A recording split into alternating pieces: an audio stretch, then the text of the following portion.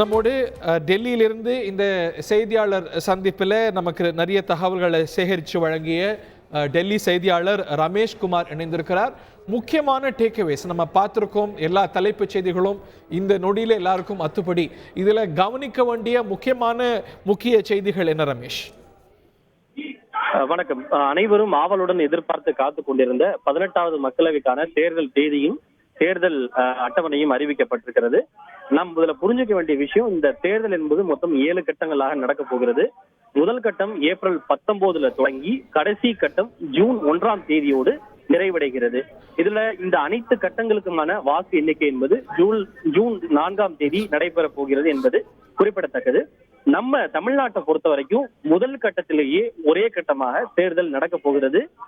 நேற்று முன்தினம் இந்த செய்தியை நாம் பதிவு செய்திருந்தோம். தமிழகத்தை பொறுத்தவரை முதல் கட்டத்திலேயே ஒரே கட்டமாக நடக்க போகிறது என்று பதிவு செய்திருந்தோம். அது தற்போது நிரூபணமாக்கி இருக்கிறது. கடந்த 2019 தேர்தலில் கூட ஏப்ரல் 16ஆம் தேதி தமிழகத்தில் தேர்தல் நடைபெற்றது என்று நினைக்கிறேன். Correct me if I am wrong.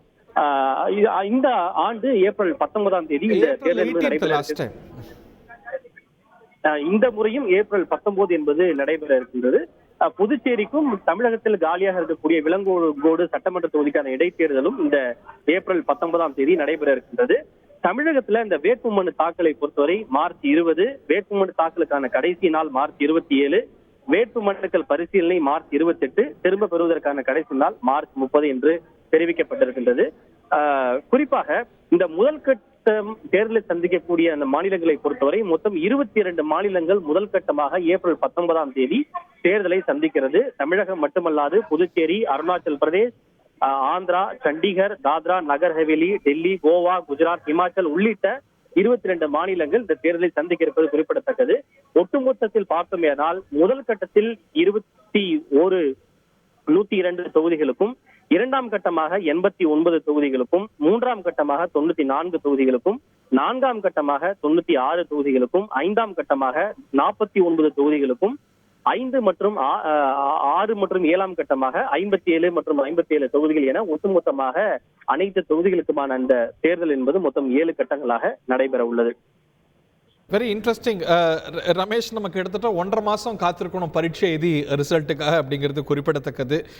இதில் இந்த எலெக்ஷனில் வழக்கமான நடைமுறையை காட்டிலும் முக்கியமான கூடுதலான அம்சங்கள் இல்லை அதர் இம்பார்ட்டன்ட் டேக்அவேஸ்னா என்ன பார்க்கலாம்? அதாவது இந்த தேர்தல் பார்வையாளர்களை பொறுத்தவரை மொத்தம் 1200க்கும் மேற்பட்ட தேர்தல் பார்வையாளர்கள் இந்த கண்காணிப்பு பணியில ஈடுபடுத்தப்பட உள்ளனர். இந்த பார்வையாளர்கள்ல காவல் பார்வையாளர்கள், செலவின பார்வையாளர்கள், பொது பார்வையாளர்கள் உள்ளிட்ட அனைவரும் அடக்கம் என்பது குறிப்பிடத்தக்கது. அதே போல கடந்த மக்களவை தேர்தலின் போது இந்த மூத்த குடிமக்கள் வீட்டிலேயே வாக்களிப்பதற்கான வசதி என்பது இல்லை. அது 2019 தேர்தலுக்கு பிறகுதான் அந்த நடைமுறை அமல்படுத்தப்பட்டது. இந்த மக்களவை தேர்தலில் 85 வயதுக்கு மேற்பட்ட மூத்த குடிமக்கள் வீட்டிலிருந்தே வாக்களிப்பதற்கான அந்த வசதி என்பது செய்யப்பட்டுள்ளது. முன்பு 80 வயதுக்கு மேற்பட்ட சில இடங்கள்லயா இல்ல 85 வயதுக்கு மேல இருக்கக்கூடிய எந்த வாக்காளரும் எல்லா பகுதியிலும் எல்லா தொகுதியிலும் வீட்டில இருந்தபடியே வாக்களிக்கலாமா? வீட்டுக்கு வந்தே எல்லா இடங்களிலும். ஏன்னா இதற்கு முன்பு 80 வயதுக்கு மேற்பட்ட வாக்காளர்கள் அனைவரும் வீட்டிலிருந்தே வாக்களிக்கலாம் என்று சொல்லப்பட்டது. ஆனால் அதுல 90% வாக்காளர்கள் நேரில் சென்றுதான் வாக்களிக்கும் முறையை தேர்வு செய்தனர். அதனால்தான் அண்மையில் மத்திய அரசு அதனை மாற்றி அமைத்து 80 என்று இல்லாமல் 85 வயதுக்கு மேற்பட்டவர்கள் என்று கடந்த வாரம் தான் மாற்றி அமைத்தது. எனவே 85 வயதுக்கு மேற்பட்ட வாக்காளர்கள் அனைவரும் வீட்டில இருந்தே வாக்களிக்கக்கூடிய வாக்களிப்பாங்க. நீங்க வாக்குச்சாவடிக்கு போனா இவிஎம்ல வாக்களிக்கலாம். இவங்க வாக்களிக்கும் போது எந்த முறையில வாக்களிப்பாங்க? இப்போ இந்த தேர்தல் பணியில ஈடுபடக்கூடிய அந்த அலுவலர்கள் எப்படி வீட்டில இருந்தே வாக்களிக்கிறாங்களோ, ஈவன் கொரோனா பெருந்தொற்று காலத்துல கூட கொரோனாவால் பாதிக்கப்பட்டவர்கள் வாக்குச்சாவடிக்கு சென்று வாக்களிக்க முடியாத சூழல்ல வீட்டிலிருந்தே வாக்களிக்கலாம் அப்படின்னு சொல்லப்பட்டது.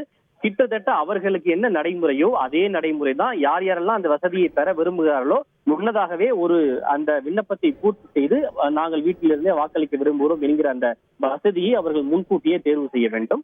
அந்த தேர்தல் நாளன்று வாக்குப்பதிவு அலுவலர்கள் அவருடைய வீடுகளுக்கு சென்று அவருடைய வாக்குகளை அவர்கள் பதிவு செய்வார்கள். ஒப்புகை சீட்டு விவிபேட்டை பற்றி எதிர்கட்சிகள் தொடர்ந்து வலியுறுத்தி வந்தாங்க. அதுல ஏதாவது கூடுதலான அமலாக்கம் பற்றிய அறிவிப்பு இந்த கான்ஃபரன்ஸ்ல நம்ம கேட்டோமா? கேட்கல அப்படின்னு என்னுடைய புரிதல். நிச்சயமா அதை பத்தி அவங்க செய்தியாளர் சந்திப்புல அறிவிக்கல. ஆனா எதிர்க்கட்சிகளை பொறுத்த வரைக்கும் நீங்க குறிப்பிட்டது மாதிரி அவங்க 100% எண்ணணும் அப்படின்னு சில எதிர்க்கட்சிகள் கேட்கறாங்க. சில பேர் வந்து குறைந்தபட்சம் 50% அந்த ஒப்புகை சீட்டுகளையாவது எண்ணணும் அப்படின்னு கேட்கறாங்க.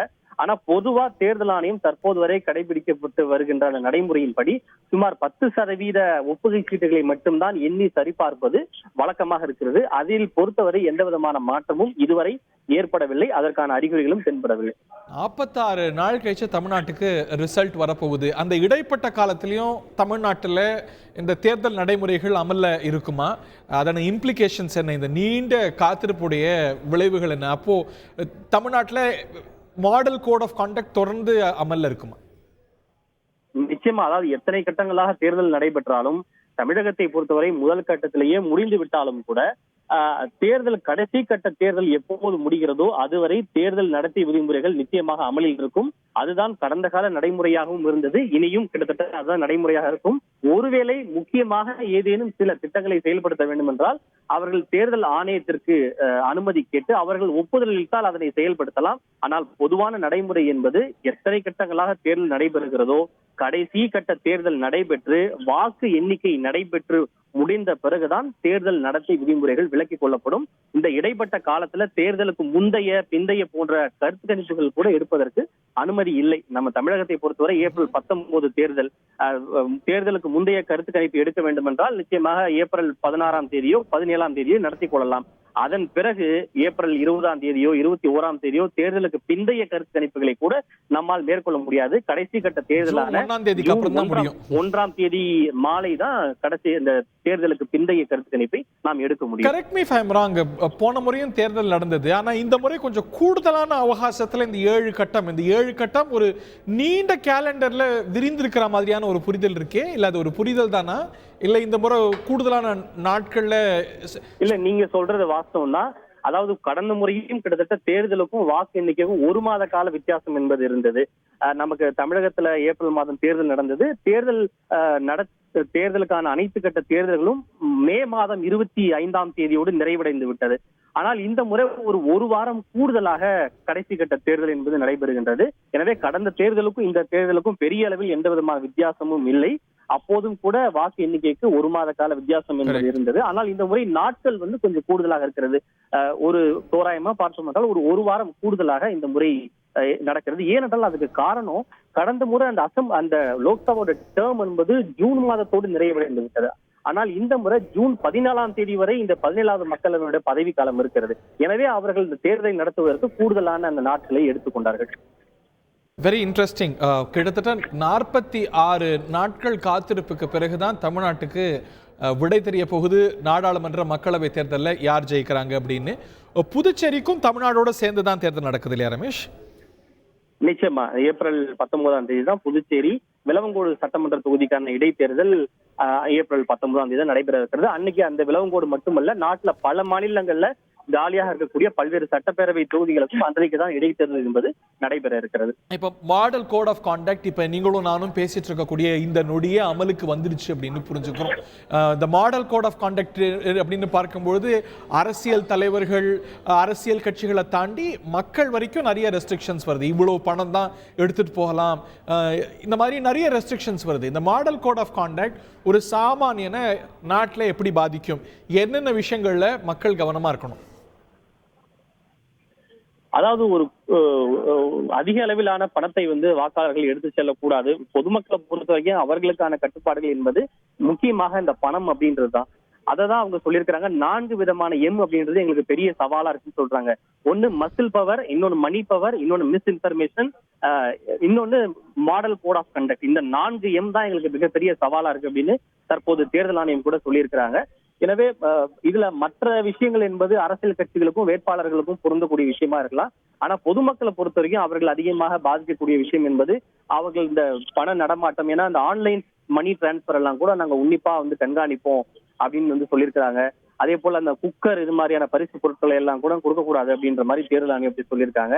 எனவே இந்த வியாபாரத்துக்காக இந்த மாதிரி விஷயங்கள், ஒருவேளை ஒரு குக்கர் வியாபாரி வியாபாரத்துக்காக குக்கர் எடுத்துட்டு போனார்னா அதையும் கூட தேர்தல் ஆணைய அதிகாரிகள் பறிமுதல் செய்து சோதிப்பதற்கான வாய்ப்புகள் என்பது அதிகமா இருக்கு. ஆனா இன்னொன்னு சொல்லியிருக்கிறாங்க, அப்சர்வர்கள் வந்து வாக்காளர்களுக்கு எந்த விதமான பிரச்சனை அசௌகரியங்கள் ஏற்படாமல் இருப்பதை அவர்கள் உறுதி செய்யணும் அப்படின்றதையும் சொல்லியிருக்காங்க. சோ ரெண்டுத்தையும் பேலன்ஸ் பண்ணக்கூடிய வகையில தான் தேர்தல் அலுவலர்கள் மற்றும் பார்வையாளர்களுடைய அந்த நடவடிக்கை இருக்கும் அப்படின்னு எதிர்பார்க்கப்படுகிறது. இன்னொன்றத்தையும் சொல்லியிருக்கிறாங்க, நீங்க மக்களோட போய் அதிகமா கலந்துரையாடுங்க, அங்க இருக்கக்கூடிய பிரச்சனைகள் என்னன்றதை கேளுங்க, அங்க ஏதாவது பிரச்சனை இருந்தா அந்த மக்கள் கிட்ட பேசி அதை எப்படி சரி செய்யறது அப்படின்றத தேர்தல் பார்வையாளர்கள் களத்துல போய் நீங்க ஆய்வு பண்ணுங்க அப்படின்றதையும் தேர்தல் ஆணையம் அந்த பார்வையாளர்களுக்கு ஒரு முக்கிய அறிவுறுத்தலா கொடுத்துருக்காங்க. இவங்க சொல்ற எம்ல முக்கியமான எம்மாக மணி பவர் இருக்கிறது. அது தென் மாநிலங்கள்ல குறிப்பா தமிழ்நாட்டில் அது ஒரு சேலஞ்சிங் ஆஸ்பெக்டா இருக்கு. அதை கண்காணிக்க அதனது செல்வாக்க கட்டுப்படுத்த என்னென்ன புதிய நடைமுறைகளை ஆணையம் எடுத்திருக்கு?